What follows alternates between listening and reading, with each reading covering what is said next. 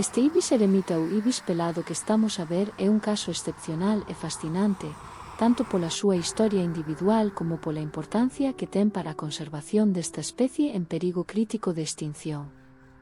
O exemplar, coñecido como cañailla, naceu en maio do 2023 no Zoo de Halle, en Alemaña, e foi liberado en marzo de 2024 en Barbate, Cádiz, como parte do proxecto Eremita, unha iniciativa para reintroducir esta especie na natureza.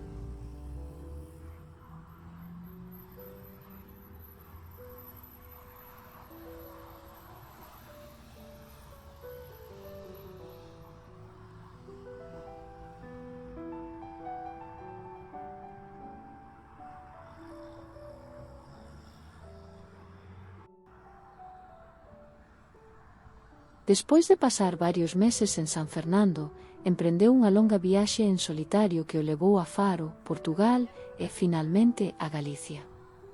En decembro, asentouse na Foz do Miñor entre Nigrán e Baiona.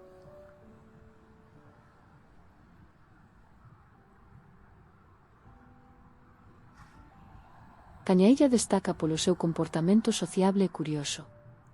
Ao criarse en catividade, está acostumado á presenza humana, o que o leva a achegarse a persoas e vehículos sen medo.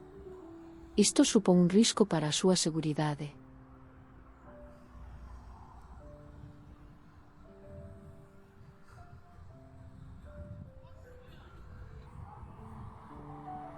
A presenza deste ibis en Galicia é significativa, xa que a especie estivo desaparecida da Península Ibérica durante séculos.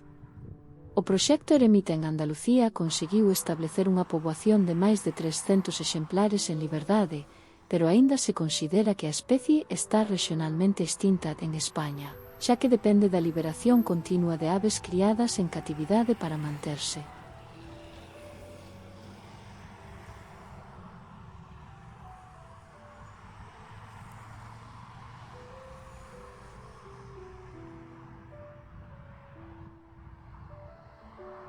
A chegada de Cañailla a Galicia é un sinal esperanzador de que os esforzos de conservación están a dar froitos e de que esta especie emblemática podería volver a ocupar parte do seu antigo hábitat natural.